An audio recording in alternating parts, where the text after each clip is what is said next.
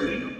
Hey YouTube, Dawson Ryder here. Welcome to my review for the Power Rangers Lightning Collection MMPR Pink helmet. This is our third helmet, I believe, and our first girl helmet.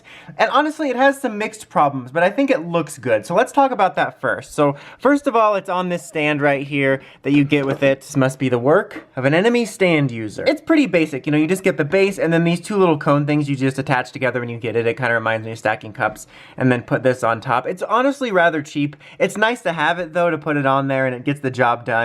But just compared to the Lightning ones, or the Legacy ones, which I actually kind of liked better, they didn't feel as cheap, and they had the individual names of the Rangers on the front, looked kind of professional, and this is just a cheap little sticker, so I definitely preferred those, but it is nice to at least get a stand. And then the helmet itself, I think, is good looking. Like, proportionately, like before we talk about fit and all that stuff, proportionately, I think it looks really good, and it looks accurate, in my opinion, to the way it is to the show. I'm sure there's someone out there that sees something wrong with it, but just in terms of looking at pictures and thinking about it in the show, I think it looks accurate, and I'm very happy with that. And it is a little bit smaller than the build of the Legacy ones.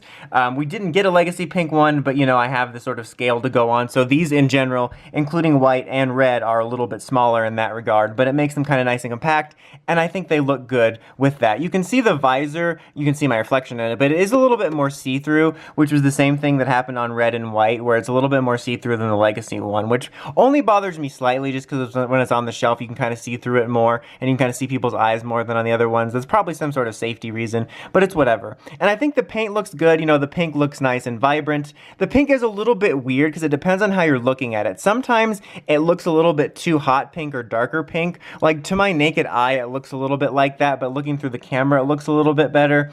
So, and it also depends on what picture you're looking at from the show. It might look a little bit inaccurate, because some of the pictures in general, from looking at the G-Ranger footage especially, sometimes make it look a little bit lighter than both my eye and the camera making it look. So that might bother some people, especially if you're wanting to use this for a cheap cosplay substitute, and it might clash with the suit. For me, it's not that huge of a deal, and I still think it looks good, and they got the details right on it, and I think that the silver paint here looks really good. I do only have one tiny white paint mistake nick there, but that's not a huge deal.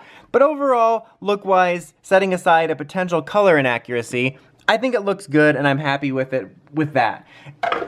As far as putting it on, just like the previous ones, you do have these faux little clips here that don't actually work. It's just a magnet here. And you open this up, and here's the sort of thing that cradles your head. It's got a lightning bolt on it, and you twist it here to tighten or loosen it depending on your head size, and then move it around so you can actually get it on your head, and then secure it on the back of your head, and then it snaps shut. There's been some mixed thoughts on these that I've seen. Some people say it's not as secure as the Legacy one, and I can agree with that to a certain extent, but I also kind of like it. It just feels kind of satisfying, and it feels right, and it makes it easier for these helmets to get on and off, and I think it creates a tighter fit. And even though it can sometimes be a little bit looser, I'm kind of happy with the way that works.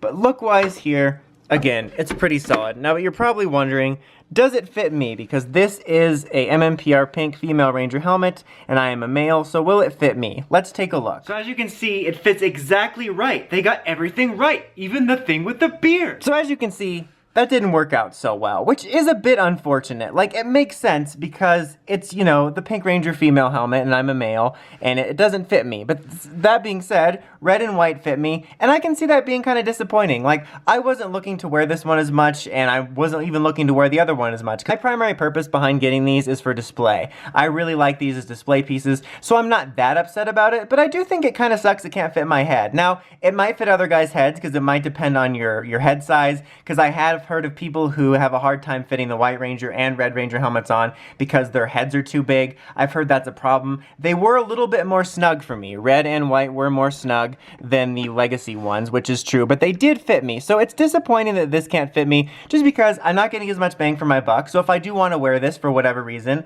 I can't wear it, like not even at all. Like, I can't even force it unless, you know, I wanted to chop part of my head off.